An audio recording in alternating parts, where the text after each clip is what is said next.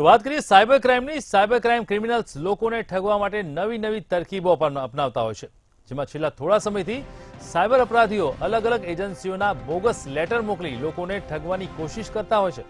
ત્યારે સાયબર ક્રાઇમના ઉચ્ચ અધિકારી દ્વારા આ પ્રકારના લેટર અને પોલીસ અધિકારીઓના ફોન બાબતે લોકોને જાગૃત થવા જાણ કરાઈ છે।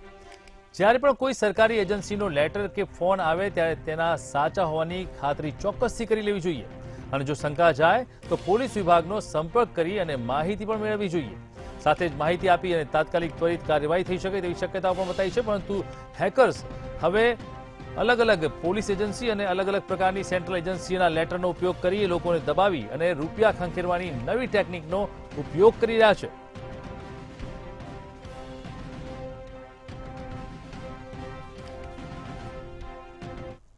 આવા ખોટા પ્રકારના આપણે ડોક્યુમેન્ટ્સ અને કાગળો ઊભા કરીને લોકોનો ભેવડાવવામાં આવે છે અને અમુક લોકો જે આવા પ્રકારના એમઓની ચકાસણી નહીં કરતા વગેર વેરીફાઈ કરીને જે સામેવાળા માણસ ભેવડાવતા હોય છે એમના કહેવામાં આવી જતા હોય છે તો તેમને સાથે સાયબર ફ્રોડ પણ ઘટી જાય છે।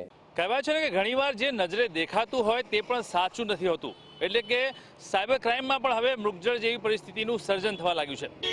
સાયબર અપરાધ કરતા ગઠિયાઓ હવે લોકોને અવનવી મોડસ ઓપરેન્ડીથી છેતરવાનો પ્રયાસ કરી રહ્યા છે।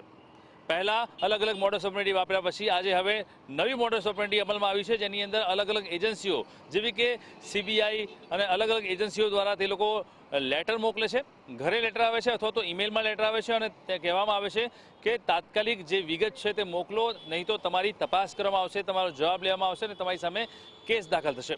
કોઈપણ વ્યક્તિ આ સાંભળી અને તાત્કાલિક ગભરાઈ જતો હોય છે અને જે વ્યક્તિ ગભરાઈ જાય છે તેને આ સાયબર ગઠિયાઓ આસાનીથી છેતરી લેતા હોય છે।